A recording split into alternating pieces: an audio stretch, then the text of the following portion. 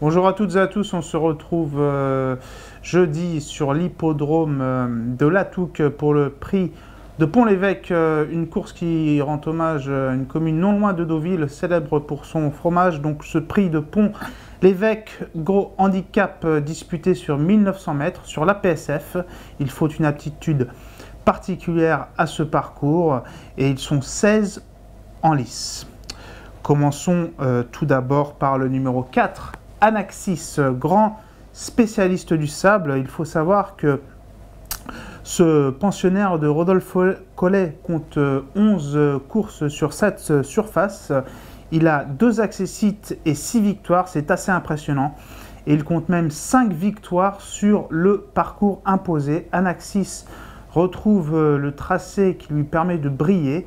Il va sans dire qu'il comptera de nombreux partisans. Anaxis apparaît solide. Le numéro 9, Pépito Grillo, un très bel outsider. Sa cote devrait être assez attrayante. Il n'a pas été revu depuis le mois d'octobre 2012 dans cette catégorie. À cette date, il évoluait en valeur 41. Là, il va aborder ce rendez-vous en valeur 36,5. C'est bien mieux. Il faut savoir que sur le parcours imposé, encore une fois, j'insiste sur l'aptitude du parcours, eh bien, Pépito Grillo a eu 2 accessites et 1 victoire. C'est pas mal du tout. Voilà, le numéro 8, Sargas, une brave jument de 6 ans, très chevronnée, bien connue des turfistes. Elle a déjà gagné 4 quintets, cette Sargas. Elle a brillé 2 fois sur les 1900 mètres de la PSF, le parcours qui nous intéresse. Et elle a également remporté cette épreuve en 2012. Numéro 6, Blason. Lors de son unique victoire à ce niveau, on pensait qu'il allait en remporter un nouveau prochainement, tant le style de sa victoire était plaisant. Bon, après, il s'est bien défendu avant de décevoir dans cette catégorie. Ceci dit, sa dernière victoire était acquise sur ce tracé. Donc, s'il est un tracé qui lui permet de briller à ce blason, c'est bien celui-ci. Donc, méfiance. Le numéro 1, l'As, le top weight, Hippolyte, qui devra porter 61 kg. Bon, ce pensionnaire de Tony Clout est assez insaisissable. Si le bon Hippolyte montre son vrai visage, eh bien, il peut mettre tout le monde d'accord, il n'y a aucun doute.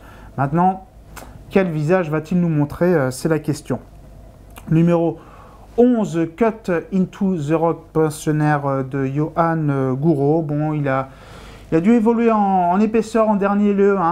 Son parcours n'était pas des plus avantageux. Avant, c'était bien à ce niveau. C'est un concurrent qui est plus incisif à main droite. Ça tombe bien, Deauville, c'est à main droite. Il compte également 1 victoire sur ce tracé. Donc, attention à ce Cut into Rock. Le numéro 5, Divin Léon, eh bien, il en sera à sa 78e sortie. Quelle générosité! Le protégé du haras de la Gousserie compte 5 succès à main droite, dont 3 victoires sur le parcours qui nous intéresse. Il descend de catégorie, Divin Léon. Il disputait un super handicap en dernier lieu. Ici, il semble capable de bien faire en bout de combinaison. Le numéro 7, Viva la Vidad, lors de son unique tentative sur plus long, sur 2400 mètres, sur la PSF. Il avait plafonné, certes, mais il est plafonné dans la ligne droite. Donc, on peut supposer que sur 1900 mètres, sur 500 mètres de moins, il peut causer une surprise. Sa cote devrait dépasser les 30 contre 1. Voilà. Donc, on récapitule la sélection composée de 8 chevaux avec en tête le numéro 4, Anaxis, suivi du numéro 9, Pépito Grillo, le 8, Sargas, le 6, Blason, l'As, Hippolyte, le 11, Cut into the Rock, le 5, Divin Léon, le 7, Viva la Vidad. Pour le conseil de jeu, eh bien, on peut tenter un trio avec une mise modulable, 50 centimes d'euros par exemple, en faisant le 4 et le 9, suivi de tous les chevaux, champ total, et également 4 et 9, suivi de 8, 6, As, 11, 5 et 7. Et enfin, en jeu simple gagnant placé, le numéro 9, Pépito Grillo, car la cote sera très attractive. Merci de votre fidélité et bon jeu à toutes et à tous.